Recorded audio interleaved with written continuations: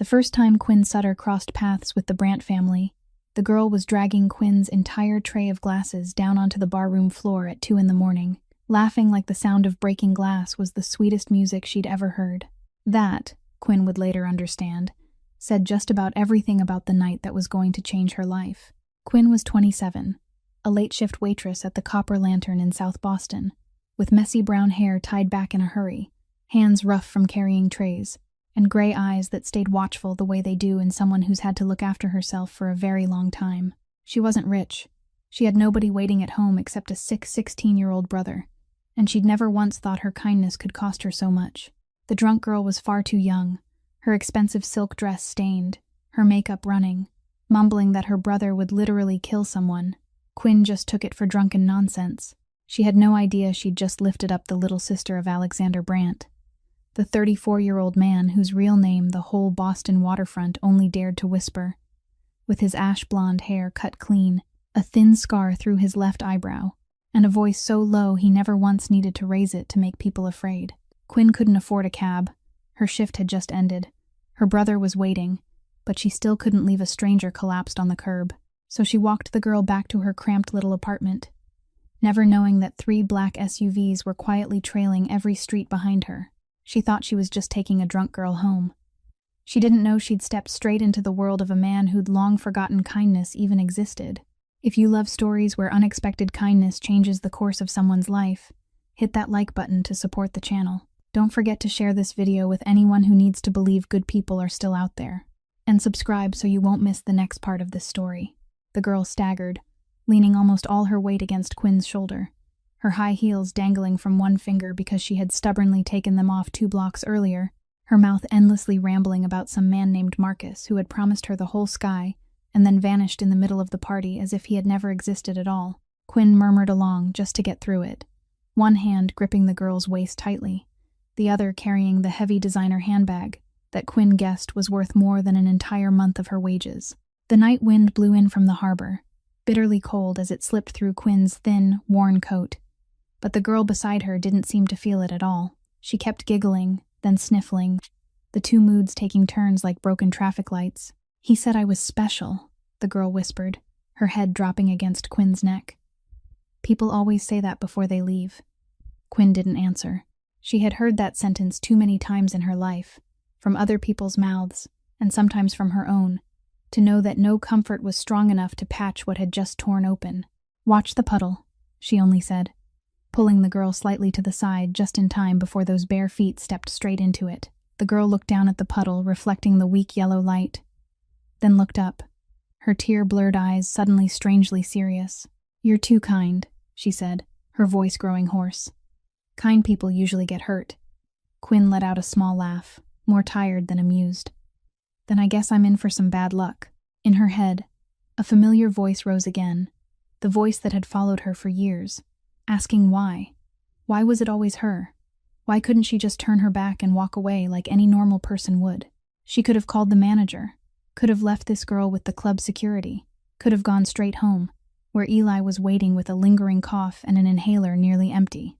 But every time she saw a human being collapse with no one coming to help, something inside her chest ached, an old memory she had never told anyone about, from one rainy night when she was 16, when she herself had sat curled up by the roadside waiting for a hand that never came.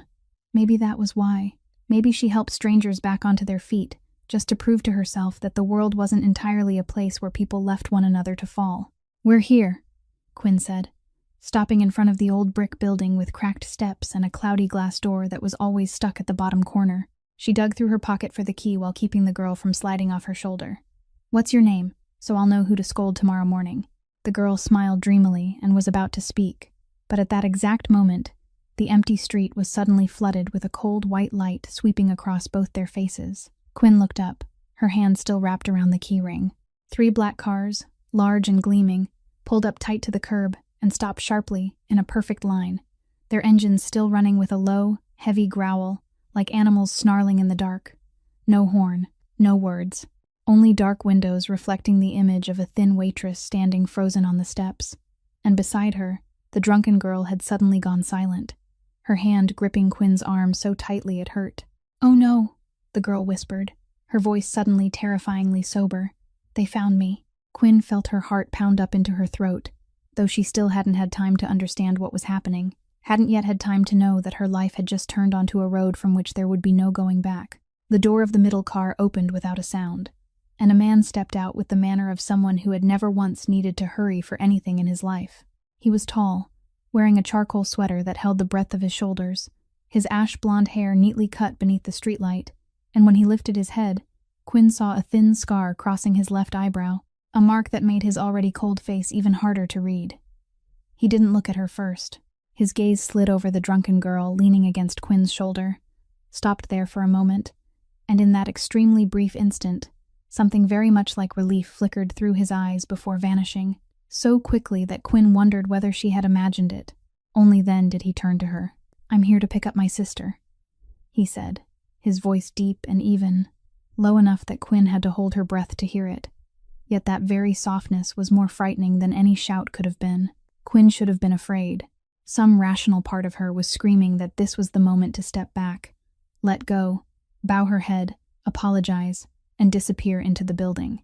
But she had been standing for 10 straight hours, her legs numb, her back aching as though it might break.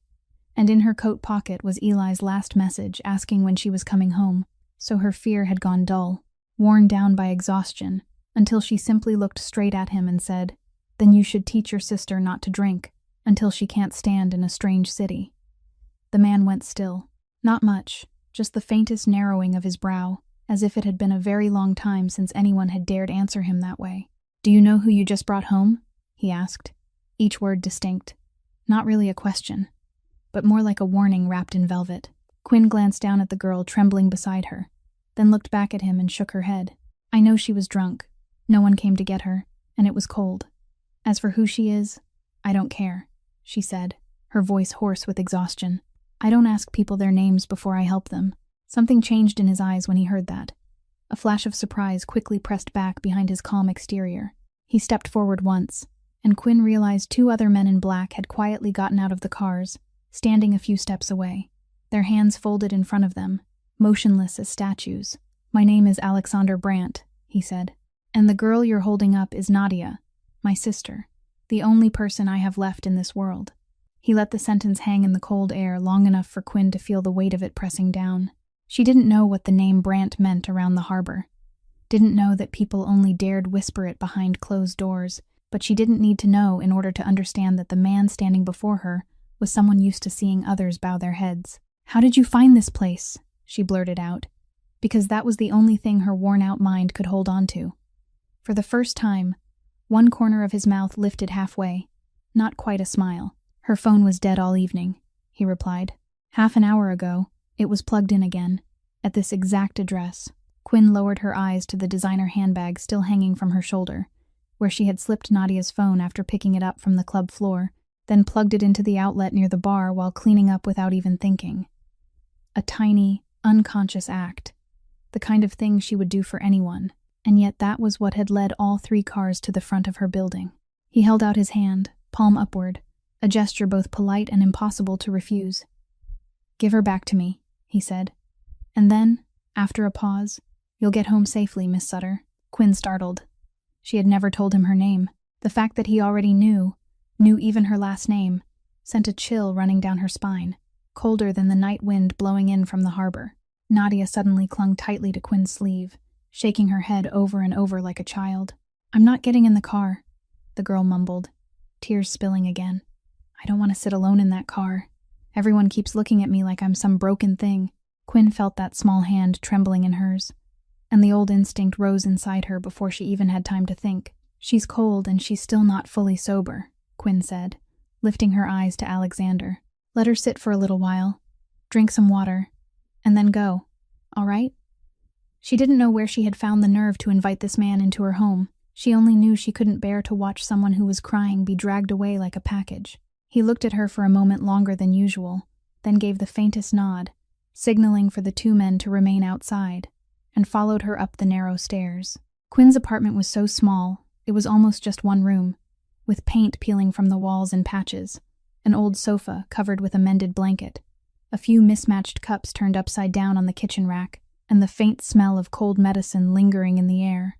Alexander stopped at the threshold, and Quinn saw his eyes move slowly around the room, not with contempt, not with pity, only with careful observation, as though he were reading an entire story from those cheap things that had been kept clean. She helped Nadia sit down on the sofa, poured her a glass of tap water, pressed it into her hand, then knelt to remove the remaining shoe still dangling there. Just then, from the small room inside, came a cough, dry and lingering, the kind of cough that belonged to someone whose lungs refused to cooperate. Quinn snapped her head up, and for the first time that entire night, her face revealed something truly vulnerable, a worry she couldn't hide. "Are you okay, Eli?" She called toward the room, trying to keep her voice gentle. A faint answer came back that he was fine, that she should just leave him alone. And Quinn exhaled, her shoulders dropping for one beat before she forced herself to stand. When she turned back, Alexander was looking at that closed bedroom door with an expression she couldn't read. He reached into his coat and took out a stack of cash, thick and crisp, then placed it on the rickety wooden table between them. "For the trouble I caused," he said, "and for your kindness. Consider us even." Quinn looked at the money, then at him, and something inside her hardened. She knew that money could pay for Eli's medicine for months, could mean an entire winter without having to choose between heat and food. She knew that, and because she knew it, she couldn't accept it. "Put it away," she said, her voice even but unshakable. "I don't help people for money." Alexander looked up, and this time, the surprise in his eyes came too quickly for him to suppress. In his world, a world where everything had a price, where every act of kindness was an investment waiting for repayment, perhaps it had been a very long time since anyone had refused his money, especially not a girl living in an apartment where that amount could change an entire life. "Everyone needs money," he said, almost like a challenge. Quinn picked up the stack of cash and placed it back in his hand, her fingers brushing for the briefest instant against his cold palm. "Need doesn't mean I'll take it," she replied. "I helped your sister up because she fell. Not for anything else. She's safe now, and that's enough." Alexander stood still for a long while, the money resting in his hand, and Quinn had the feeling that he was looking at her as though she were something he had never encountered before and didn't know how to classify. At last, he put the money away and helped Nadia stand, the girl now drowsily leaning against his shoulder in quiet obedience. Before stepping out the door, he stopped, pulled an ivory white business card from his wallet, with only one name and one line of numbers printed on it, and set it down exactly where the stack of cash had been. "If you ever change your mind," he said, his eyes still on her, "or if there ever comes a day when you need something kindness can't buy." Then he left, and the small room sank back into silence, with only the white business card lying alone on the table, like a promise or a threat Quinn couldn't yet name.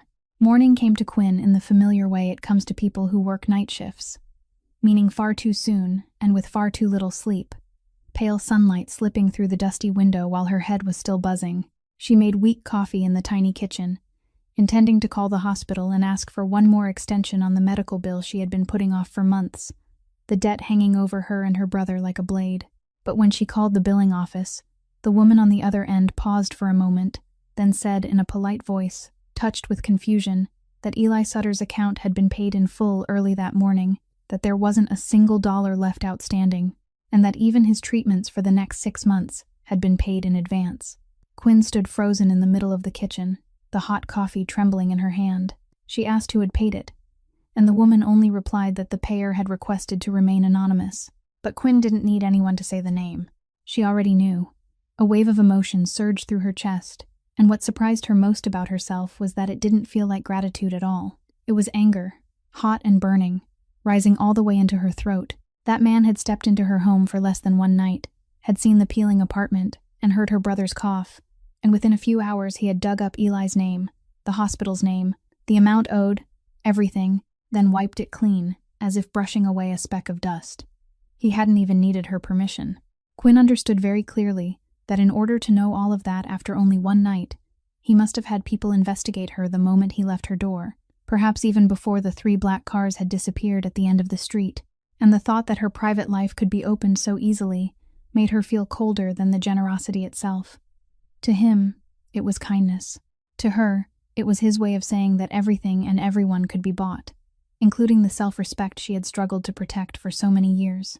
The creak of the bedroom door opening cut through her thoughts. Eli appeared, his hair a mess, dragging the blanket behind him, but his cheeks were rosier than they had been on most mornings, and his cough had become much less frequent. "Quinn, I feel a lot better," he said, dropping into a chair and reaching for the cereal box. "Last night I slept straight through until morning. I didn't wake up once because I couldn't breathe." Quinn looked at her brother, and the anger inside her loosened for one beat, giving way to something even stronger. She stepped over, placed a hand on his forehead, then ruffled his messy hair, ignoring Eli's protest. "Good," she said, her voice softening. "I'll make pancakes today. We'll celebrate a morning without coughing." Eli cheered, his eyes lighting up in the way only a teenager's eyes can, and for a few brief minutes, amid the smell of slightly burned butter and the sound of the boy chattering about a video game he wanted to play, Quinn almost forgot about the white business card still lying on the table from the night before. Almost. Because while Eli was busy with his plate of pancakes, her eyes drifted back to it, to the raised name and the silent line of numbers, and the anger began to smolder again. She couldn't let this pass. She couldn't live under a debt she had never agreed to borrow, couldn't let her brother get better because of money whose source she didn't understand, couldn't allow a stranger to step in and rearrange her life as if she had no right to speak. She wiped her hands on her apron, picked up the business card, ran her finger over the raised name Alexander Brandt, and a decision hardened inside her. She would find him. She would pay back every dollar, or at least look him straight in the eye and tell him that there were things money couldn't buy, and her dignity was one of them. The address on the business card led Quinn to a restaurant on the edge of the Harbor District, a red brick building with an aging brass sign discreetly engraved with the word Brandt, the kind of place one had to know about in advance to find. She arrived late in the afternoon, just before the restaurant opened, and a large man stopped her at the entrance with a searching look. But when she showed him the business card and said her name, something in his manner changed, and he quietly led her inside. Alexander was sitting at a table at the far end of the room, with several files and a cold cup of coffee in front of him. His shirt sleeves rolled up to reveal strong forearms, and when he looked up and saw her, he didn't seem surprised, as though he had expected her to come, which only made Quinn more irritated. She walked straight to the table and slapped down the paper she had printed from a computer at the public library, the statement showing that the hospital bill had been paid. "You take this back," she said without circling around it. "I'll find a way to repay every dollar, no matter how long it takes." Alexander looked at the paper, then at her, and the corner of his mouth lifted into that half-smile she had seen the night before. "People usually say thank you," he said, his voice still deep and slow as always. Quinn didn't blink. "People usually don't pay money to buy my conscience," she shot back at once, and the room seemed to thicken in that moment. She saw the doorman's body stiffen slightly, perhaps unaccustomed to hearing anyone speak to his boss in that tone. But Alexander only leaned back in his chair, his head angled slightly, watching her with a new kind of attention, as though she had just become more interesting than he had expected. "I didn't buy anything," he said. "Your brother needed treatment. I had the ability to pay for it, so what's wrong with that?" "It is wrong," Quinn said, placing both hands on the table as she leaned forward. "It's wrong because you didn't ask me. You dug up my brother's name, the hospital, the debt, everything, in one night, then made a decision for me as if my life were some problem you could solve, and then fold away. You think money can erase the feeling of having a stranger turn over every page of your life?" There was a moment of silence, and in that silence, Quinn noticed his right hand move slightly, his thumb unconsciously touching the old watch on his left wrist, a worn mechanical watch with scratched glass, completely out of place against his polished appearance. He turned it lightly once, as though following a habit buried deep in him, then seemed to realize what he was doing and stopped. "You're right," he admitted, and the honesty in those words made Quinn falter slightly. "I didn't ask you. In my world, people don't ask, they act, and most people are grateful for that. You're the first person to come all the way here to be angry at me for helping." Quinn swallowed, her anger still there, but shaken a little by the fact that he hadn't denied it. "I don't need anyone to rescue me," she said, her voice softer. "I've taken care of myself and my brother for years. I don't want to owe anyone, especially not a debt when I don't know what I'll be expected to pay it back with." Alexander looked at her for a long while, and this time his gaze no longer carried that cold scrutiny, but something almost like curiosity, almost like respect. "You don't owe me anything," he said at last. "There are no conditions, no price here, but I won't take that money back. because taking it back would mean letting a child suffer just to satisfy both our pride, and I won't do that. Quinn opened her mouth to argue, but realized she didn't have an answer sharp enough to fight against that, and she hated the feeling of being cornered by the very kindness she was trying to doubt. She picked up the paper, folded it, and said that in that case, she would repay him her own way, little by little, whether he accepted it or not, then turned and walked out, leaving behind a man silently watching her go, his fingers once again finding their way back to the old watch on his wrist. 3 days later, at the beginning of the evening shift, while the copper lantern was still quiet and nearly empty, Quinn was polishing glasses when she looked up and almost dropped the towel in her hand. The girl standing at the door looked completely different from the one Quinn had helped home that night. Her hair neatly pinned up, wearing a simple sweater and jeans, her face clean and her eyes clear. But Quinn recognized her at once. It was Nadia. The girl stepped inside with a hesitation, rarely seen in someone born into wealth, both hands clasped tightly together, then stopped in front of the bar. "I'm sorry," the girl said before Quinn could even open her mouth. "I know you work here because I left my coat behind that night, and my brother sent someone to pick it up, and they mentioned the name of the place. I'm not here to cause trouble again. I only came to say thank you, properly, because I wasn't proper at all that night." Quinn stared at her in surprise, then couldn't help smiling, because that clumsy sincerity made her like Nadia almost immediately. She poured Nadia a glass of lemonade, told the girl to sit down, and that was how they began to talk, first with polite little exchanges, then gradually with things that were more real. Nadia, it turned out, wasn't the spoiled young lady people might easily imagine, but a strangely lonely 23-year-old girl who had grown up in a world full of guards and almost empty of people who were truly there for her. "He wasn't always the way he is now," Nadia said softly, both hands wrapped around the glass, when the conversation accidentally touched on Alexander. "When I was little, Sasha used to laugh all the time, you know. He once wanted to be a chef. Can you believe that? My brother, the man everyone is afraid of, used to stand in our parents' restaurant kitchen for hours just to learn how to make soup properly." Quinn fell silent, because that image felt so far removed from the cold man she had just met. "My parents died when I was only 10, Nadia continued, her voice sinking lower, her eyes staring into empty space. "I don't remember exactly what happened. People kept it from me. But I remember that after that night, Sasha never laughed the same way again. He was only in his 20s, but he had to carry everything. Me, my father's business, all the people who depended on our family. He turned into the person you see now, cold, hard, letting no one get close, and I think he did it so no one could hurt him ever again." Quinn felt something soften inside her chest. The anger she had carried these past few days over the money and the digging through her private life suddenly became more complicated, because now, behind that cold face, she had begun to see a human being. "He kept that restaurant, you know," Nadia said, almost in a whisper. "It's the only place my parents left behind that had nothing to do with the other things. He could have sold it a long time ago. It doesn't make any profit. But he's never sold it. And sometimes late at night, he still goes down there and cooks alone.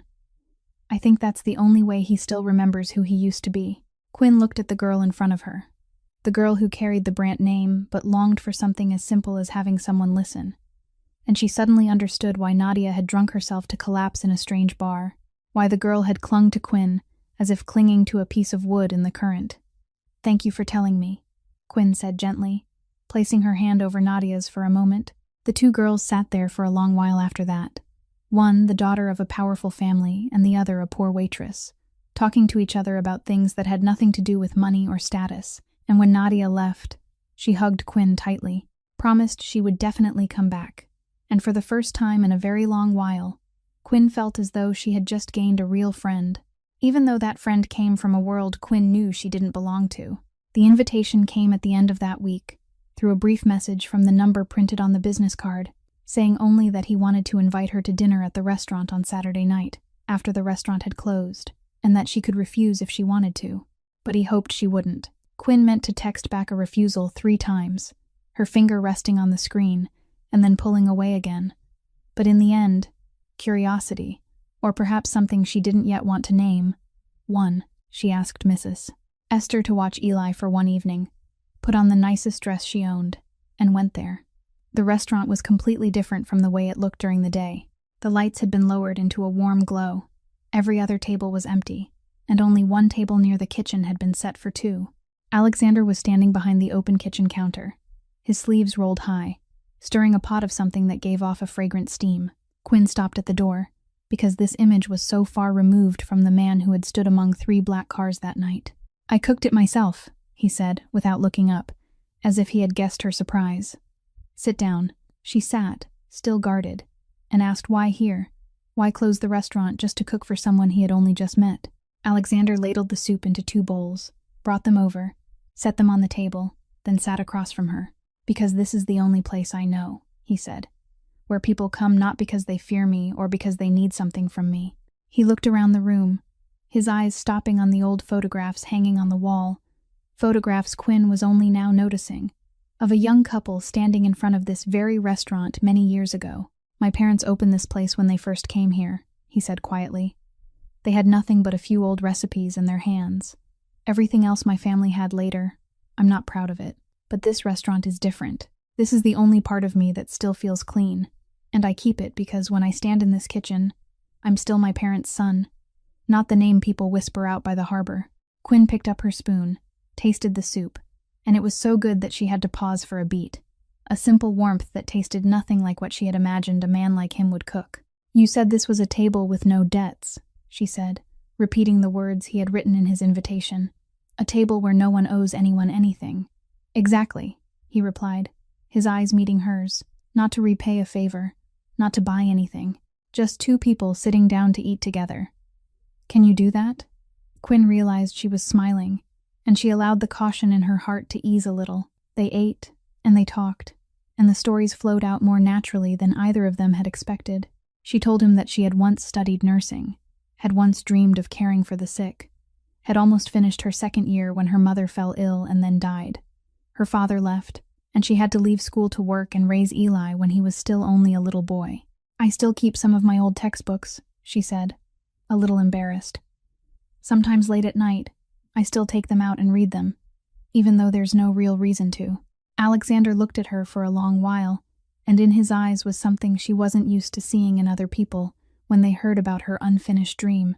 Not pity, but a quiet understanding. "You're still taking care of people," he said. "My sister was drunk in the middle of the night, and you were the only one who stopped. Isn't that something people can study for years and still not know how to do?" Quinn looked up and met his gaze. And in that moment, in the warm room with 2 bowls of soup slowly cooling between them, she felt as though 2 worlds separated by an entire abyss had suddenly touched at one small point, a point where both of them had once lost something precious, and were both still trying to hold on to the decent part of themselves that remained. He unconsciously turned the old watch on his wrist again, and this time Quinn didn't ask. She only watched quietly, knowing that behind that gesture there must be a story, one he might tell her someday. Rain began falling at dusk, and by late night it was pouring over the streets of South Boston, tapping against sheet metal roofs, and running in streams along the gutters, when a soft knock came at the door of Quinn's apartment. She opened it, and went still when she saw Alexander standing there, his coat dark with rain, one sleeve torn and hastily wrapped with a strip of cloth already soaked red, his face pale but still carrying that calm expression to the point of stubbornness. "I didn't know where else to go," he said, his voice quieter than usual, and Quinn asked nothing more. She only pulled him inside, closed the door, and at once the nursing part of her that had been sleeping woke fully. She told him to sit on the sofa, hurried to get the old first aid kit she always kept because of Eli, then knelt in front of him and gently unwound the makeshift bandage. The wound on his forearm was long and still bleeding, but not too deep, the kind of cut she guessed had come from contact with something sharp, and she didn't ask where it had come from, because she understood enough about his world to know that some questions were best left unasked. "You should go to the hospital," she said as she cleaned the wound with hands that had stopped trembling, moving with the practiced steadiness of someone once trained to do exactly this. "People like me don't go to hospitals for things like this," he replied, and Quinn only let out a soft sigh, refusing to argue. She worked in silence, disinfecting the cut, pressing until the bleeding slowed, then beginning to wrap the bandage around his forearm, each turn neat and firm. As she did, her fingers accidentally brushed the inside of his wrist, just beneath the old watch, and through the professional reflex still rooted in her blood, she placed 2 fingers there and silently counted. She stopped. "Your pulse is too fast for someone acting this calm," she said softly, lifting her eyes to him. Alexander didn't answer right away. He looked down at her, at the small hand holding his wrist. And in his eyes was something both guarded and exhausted. The exhaustion of a man who had gone too long without being allowed to seem weak in front of anyone. "I'm always calm," he said, but his voice had lost some of its usual certainty. Quinn didn't let go of his hand. "You don't have to be strong here," she said, and the words came out more gently than she had meant them to, surprising even herself. "In this room, there's no one you need to frighten, no one depending on you, no one afraid of you. Here, you're just someone who's hurt and in pain, and that's allowed."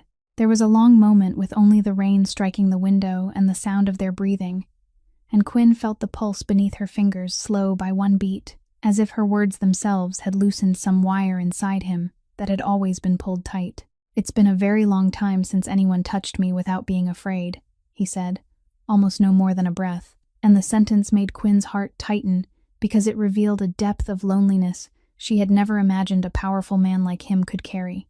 She tied off the last strip of bandage, smoothed it flat, but let her hand remain on his forearm for one more moment. "It's done," she said softly. "You should rest it for a few days. Don't use this arm too hard." Alexander looked at the white bandage wrapped around his arm, then looked at her, and for the first time since they had met, the guarded look on his face disappeared completely, revealing something bare and true. "Why do you do these things?" he asked quietly. "You get nothing from it." Quinn shifted back a little, wiped her hands on a towel, and gave a tired smile. "Because once, I needed someone to do that for me," she answered, "and no one came. And I swore to myself that if I could help it, I wouldn't let someone else sit alone with their wounds." Outside, the rain kept falling, and inside that small, warm apartment, two people from two opposing worlds sat beside each other, in a silence that no longer felt guarded, feeling for the first time that they had been seen exactly as they truly were. In the days after that rainy night, an uneasy feeling began slipping into Quinn's ordinary life, so vague at first that she told herself she was only imagining it. The first time was a dark-colored car parked across the street from the Copper Lantern, sitting there through her entire evening shift, and when she got off work, close to 2 in the morning, it was still there, its windows so black she couldn't see inside. She told herself it was probably just someone waiting for a friend. But the next morning, when she walked Eli to the bus stop so he could go to school, she saw a car much like that one slowly pass twice along the same street, and a man standing on the corner holding a phone, though his eyes kept turning toward her in a way that made the back of her neck go cold. She said nothing to Eli, only tightened her hand around his a little more, told him to be careful getting on the bus, and stood watching until the bus had vanished from sight before she felt any easier. That feeling of being watched followed her like a shadow, not clear enough for her to report to anyone, but not faint enough for her to dismiss. Once, at the grocery store, she turned around and caught a man quickly looking away, and her heart pounded the whole way home even though she scolded herself for panicking over nothing. She didn't know that not far away, inside a discreet office near the harbor, a man named Dmitri Vasco was sitting and studying photographs of her spread across a desk, photographs of her carrying trays at the bar, photographs of her holding Eli's hand, photographs of her leaving Alexander's restaurant on the night she had come to return the debt. Dmitri had been Alexander's right hand for many years, a patient and ambitious man, and he had watched long enough to recognize something Alexander himself perhaps hadn't yet dared admit, that the unshakably cold man had begun to soften because of a poor waitress, and a man with a weakness was a man who could be brought to his knees. As for Alexander, he didn't need anyone to point it out for him to know. He had been the first to recognize the danger he was unknowingly pulling Quinn into. He had seen the eyes of several men under him change whenever her name was mentioned, had sensed the strange air in recent meetings, Dimitri's excessive silence whenever he brought up anything personal. In his world, everything he treasured became a target. Everyone he cared about became a bargaining piece for others to use, and he had learned that lesson in blood long ago, on the night his parents died. He stood by the office window looking down at the gray harbor beneath the drizzle, his fingers anxiously tracing the worn glass of the old watch on his wrist, and a fear rose inside him that he hadn't felt in a very long time. Not fear for himself, but fear for someone else. He remembered the small hands that had bandaged him in the rain, remembered the way she had said he didn't have to be strong there, and he realized with bitterness that the very moment he had allowed himself to be weak might be the thing that pushed her into danger. Quinn had no idea of the schemes being woven around her. No idea that the shadow following her had a name and a purpose. No idea that the two worlds she thought had only lightly touched had in fact begun colliding in a way that could crush her. She only felt a chill down her spine each time she stepped out onto the street, and every night she checked the locks one more time, holding close a vague unease she couldn't yet name, while outside, quietly and patiently, the storm was beginning to gather. Alexander had weighed every option through several sleepless nights, and in the end he arrived at the only conclusion he believed was right, even though it tore him apart, that the only way to keep Quinn safe was to push her out of his life, as far away as possible, as decisively as possible. He sent her a message asking her to come to the restaurant, and when she walked in with the warm smile still lingering from that rainy night, he had to summon every ounce of willpower not to betray his own plan. He wasn't standing behind the kitchen counter this time. He was sitting at the table, his jacket neat, his face carrying exactly the cold, distant look of the man the entire harbor district had learned to fear, and he saw her smile falter the moment she realized something had changed. "Sit down," he said, his voice flat, and she sat, her eyes searching his face. He had prepared every word, had rehearsed them in his mind until they had gone numb, but when he had to say them in front of her, they still felt heavy as stone. "I think we should stop here," he said. Quinn blinked, not understanding. "Stop what? All of this?" he replied, waving one hand vaguely through the air. "The dinners, the meetings. I've thought it through, and I realize I let things go much farther than they ever should have." He saw her face grow pale little by little, and each wounded expression that passed through her eyes felt like a cut into him, but he kept his voice calm, because he knew that if he allowed even the smallest crack to show, she would see straight through him, and everything would collapse. "I don't understand," Quinn said softly, her hands clasped tightly together on the table. "That night, when you came to my apartment, you said it had been a long time since anyone touched you without fear. I thought." He didn't let her finish. "You helped my sister," he interrupted, "and I repaid you by taking care of your brother. That was a fair exchange. Nothing more and nothing less. Don't mistake my gratitude for anything else." The words hung between them, cold and sharp, and he saw her gray eyes glisten for a moment before she managed to hold it back. "Then what am I to you?" she asked, her voice trembling slightly, though she still tried to keep herself upright. Alexander looked straight into her eyes, and he said the sentence he knew would kill whatever trace of hope remained, the sentence he hated bitterly but believed was necessary. "You're only a debt that has already been paid," he said. "Nothing more." He saw those words land on her like a blow, saw her shoulders shrink slightly, saw the way she drew in one trembling breath, and then forced herself to lift her head. For a long moment, she only looked at him, as though searching that cold face for some trace of the man who had sat while she bandaged his wound, the man who had confessed his loneliness in the rain, but he had locked everything away behind a mask of ice and let nothing show. "I understand," she said at last, her voice so composed that it hurt him more than if she had cried. She stood, smoothed the front of her dress, and looked at him one final time. "Thank you for being direct," she said. "At least you didn't leave me guessing." Then she turned and walked toward the door, her stride straight and proud even though he knew something inside her had just broken. And when the restaurant door closed behind her, Alexander remained alone in the empty room, his hands clenched so tightly that his knuckles had gone white. He told himself he had done the right thing, that keeping her safe mattered more than keeping her beside him, that this pain was a worthy price if it meant she could live peacefully beyond the reach of his world. But when he lifted his hand to turn the old watch on his wrist, he realized his hand was shaking, and for the first time in many years, the calm he had always prided himself on had completely left him.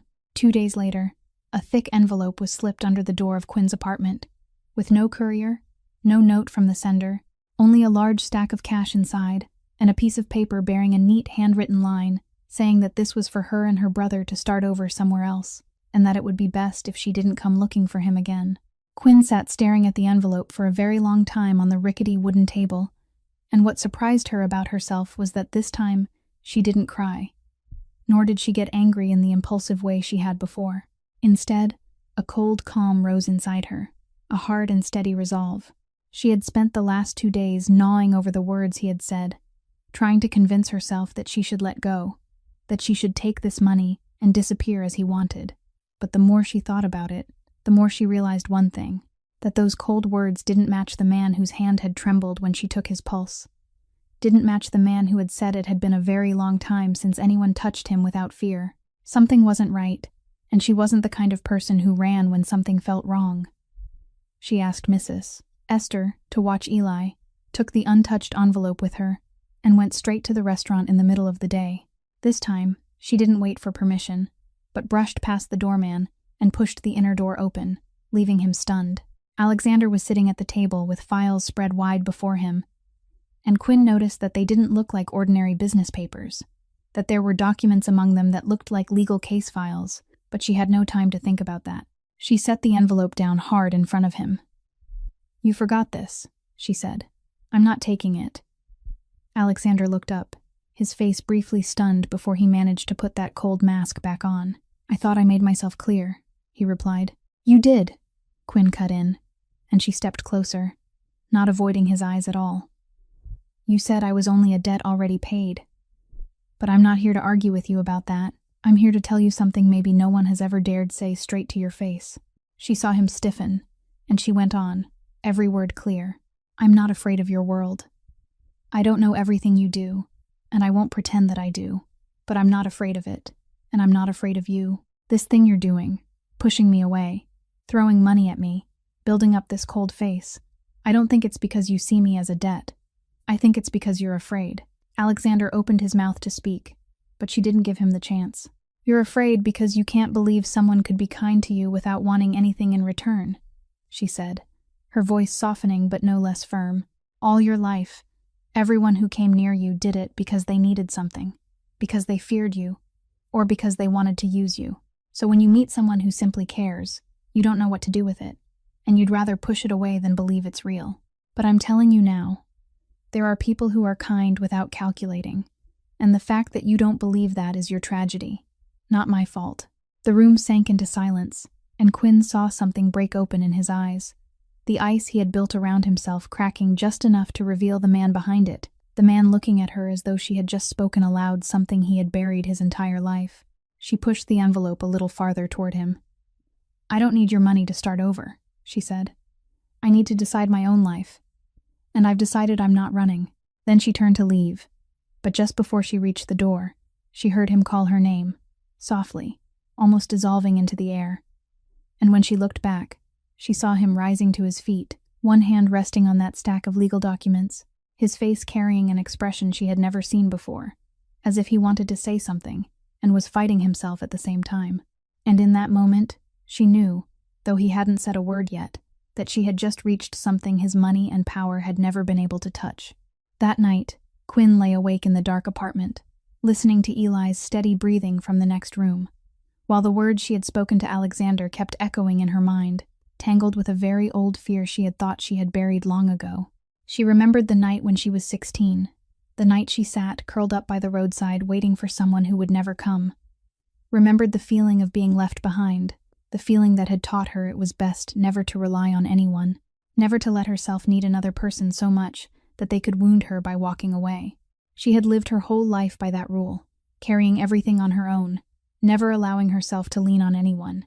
And now she realized with a bewildering fear that Alexander had slipped in behind that wall, that his cold words had hurt her in a way only someone she truly cared about could hurt her. And that frightened her even as it made it impossible for her to turn away. And across the city, in an office lit by a single lamp, Alexander sat alone before the files Quinn had accidentally seen. He thought about his parents, about the night more than 20 years ago when his entire world collapsed in the blink of an eye, when he went from being a boy who once dreamed of becoming a chef to the person forced to hold up a shattered family. He had buried his parents, and with them, he had buried the gentle part of himself, because he believed tenderness was a luxury a man like him wasn't allowed to have, that anyone he permitted himself to love would eventually be taken by this world, just as it had taken his parents from him. That was why he had pushed Quinn away. Not because she didn't matter, but precisely because she had begun to matter too much. But the words she had spoken that afternoon had stayed inside him, cutting into that old belief, forcing him to look directly at the truth that he had spent his whole life living in fear, and that fear was turning him into a lonely man surrounded by his own power. He reached out and opened the file, the pages he had been quietly preparing for many months, even before Quinn came into his life. Evidence, recordings, things powerful enough to dismantle an entire network he had inherited but had never truly wanted. For a long time, he had carried the intention of finding a way out, a way to leave the world that had stolen his youth from him. But he had always lacked a reason large enough to dare pay the price. Now he had one. He looked down at his father's old watch on his wrist, the watch that had stopped working long ago and that he had never repaired, as though time inside him had also stopped on that fateful night. And for the first time, he wondered whether he could let it run again, whether a man who had stayed in the dark for so long still had the right to step into the light. Outside the window, the harbor sank into the stillness of night. But both Quinn and Alexander, each in a lonely room of their own, could feel that something was about to change, that they were standing at the threshold of a choice that could no longer be delayed, and that the shadow gathering out there would not wait for anyone to be ready. It was a quiet Tuesday night, close to closing time, and Quinn was wiping down the last tables at the Copper Lantern after the bartender had gone home early because he was sick, leaving her alone to watch the place until it was time to lock the door. Eli had been left at Mrs. Esther's tonight, as he always was during her late shifts, safe and asleep, and that was the only thing that gave Quinn any peace when the bar door swung open and a man she had never seen before walked in, moving with the unhurried ease of someone who knew he was in control. "We're closed," she said by reflex, but the words had barely left her mouth when two other men stepped in behind him, one of them quietly turning the sign on the door to closed and standing in front of the exit. Quinn's heart sank. She recognized at once that the feeling of being watched for the past several weeks had now taken shape as a living, breathing threat. "Miss Sutter," the man in front said, his voice falsely smooth as he pulled out a chair and sat across from the bar with chilling calm. "I'm Dimitri. Perhaps Alexander has never mentioned me, but I know you very well." Quinn stood straight behind the bar, both hands planted on the wood to keep them from shaking, forcing herself to breathe slowly, forcing herself to think. She understood that panic was a luxury she couldn't afford right now. "What do you want?" she asked, keeping her voice as calm as she could. Dimitri smiled, a smile that never reached his eyes. "I want to see Alexander," he said. "And you, lucky girl, are the reason he'll come. You see, he has grown soft, and a soft man doesn't deserve what he holds. I only need him to come here, alone, so we can make things clear." Quinn understood immediately what he was doing, understood that she was the bait meant to draw Alexander into a trap, and she knew that if she simply stood there waiting, both she and he would fall straight into the script Dimitri had already written. So she did the only thing she could. She bought time, and she used her mind. "Fine," she said. "Let me call him. His number is in my phone under the counter." Dimitri waved his hand in permission, confident that he controlled everything, and Quinn bent down to get her phone. But instead of only calling Alexander, her fingers moved quickly and discreetly, making the call while turning on the recording function and sending a hurried location message to both Alexander and the emergency number she had saved. All within the few seconds her head was lowered. Then she pressed the phone to her ear, deliberately speaking the bar's address loudly and clearly, saying that someone named Dimitri was waiting for him to come, so that every word would be recorded. While they waited, she kept Dimitri talking, asking questions that made him boast, made him proudly spill out his ambition, every answer from him becoming one more piece of recorded evidence, and every passing minute becoming more time for help to draw nearer. She had learned from years of hardship that sometimes the only weapon of the powerless was calm and a clear head. And tonight, she used it with everything she had. "You expect Alexander to come here and bow his head to you," she said, wiping the bar as if this were an ordinary conversation, while watching every movement of the three men. "But you miscalculated one thing." Dimitri raised an eyebrow. "And what is that?"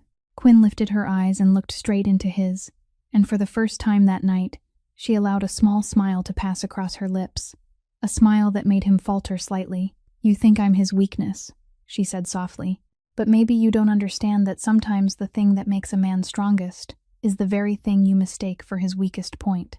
And at that exact moment, from far away, the roar of engines echoed down the night street, growing closer and closer. The bar door burst open, and Alexander walked in, alone, exactly as Dimitri wanted. But from the very way he crossed the threshold, Quinn felt that something was different, a calm not belonging to a man who had fallen into a trap, but to someone who had already seen every move ahead. His eyes went to her first, one brief look, but enough for her to read the silent reassurance in it. and only then did he turn toward Dmitri, who was leaning back in his chair with a look of triumph. "You came," Dmitri said, rising to his feet. "I knew this girl would be able to pull you out from behind that cold shell of yours." Alexander didn't answer right away. He walked a few more steps inside, his hands loose at his sides, and Quinn noticed the fingers of his right hand lightly touch the old watch on his left wrist. Turning at once, that gesture, she now understood, was how he held back something rising inside him.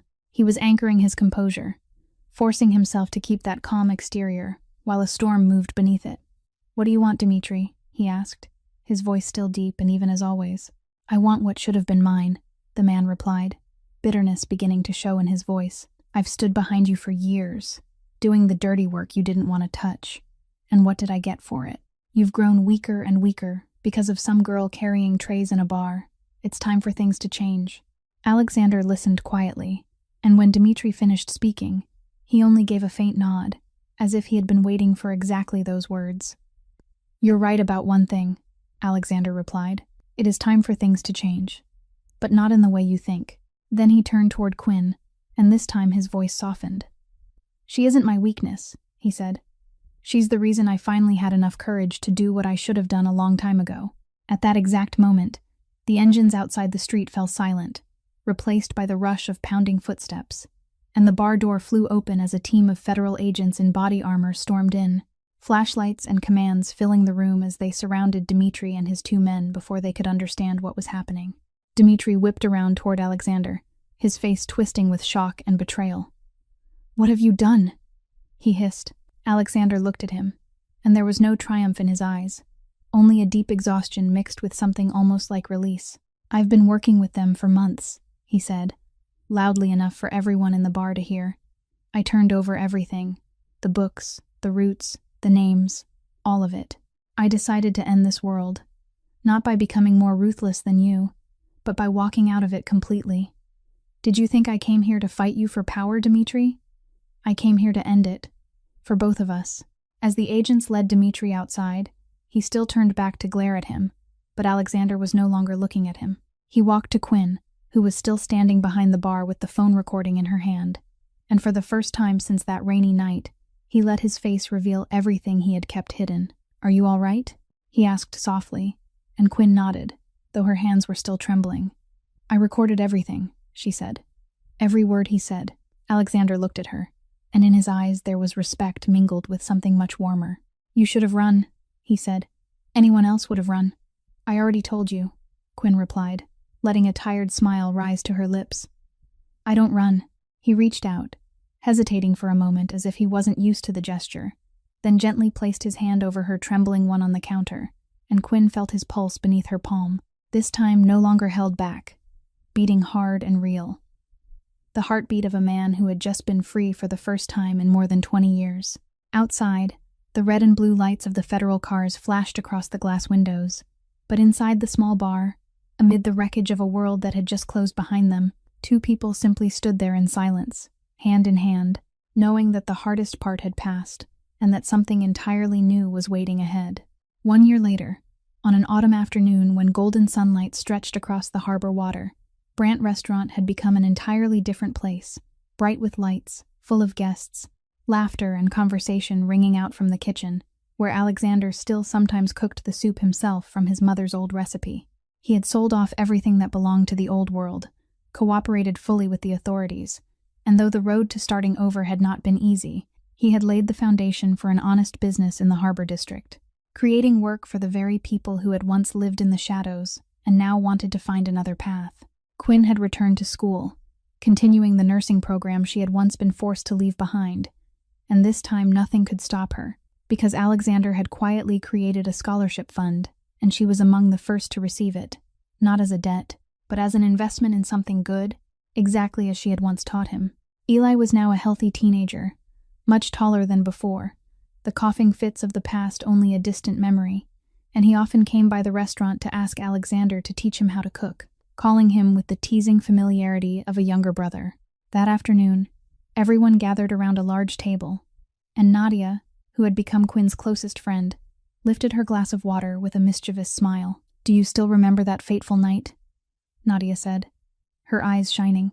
The night I knocked over your entire tray of glasses onto the bar floor at 2 in the morning, I still feel guilty about it, honestly. But to tell the truth, if I hadn't been that drunk, how would we ever have gotten to today? The whole table laughed, and Quinn laughed too. The embarrassment and irritation of that night now transformed into one of the warmest memories of her life. When the gathering ended and everyone had gone home, Alexander took Quinn's hand and led her to stand by the railing, looking down at the water, and he removed the old watch from his wrist, his father's watch that had stopped running for so many years, which he had now taken to be repaired, so it was ticking again. He gently fastened it around Quinn's wrist. "I want you to keep it," he said softly. "It stopped running the night I lost everything. And it only started again after you came into my life." Quinn looked at the watch on her wrist, then, out of a deeply rooted habit from her training, placed 2 fingers against the inside of her wrist, just beneath the watch face, and counted her own pulse. This time it was beating fast, and she didn't bother pretending otherwise. She lifted her eyes to him, to the man whose name had once been spoken with fear across the entire harbor, now standing there with the gentle eyes of someone who had finally found his way home, and she understood that sometimes what saves a person is not power or money, but one small act of kindness without calculation, one hand reaching out in the dark without asking what it will receive in return. The story of Quinn and Alexander reminds us that sincere kindness is the most precious treasure, one no amount of money can buy, that a person's dignity does not lie in what they own, but in how they treat others, and that no one is imprisoned in their past forever, because with enough courage, anyone can choose to step into the light and begin again.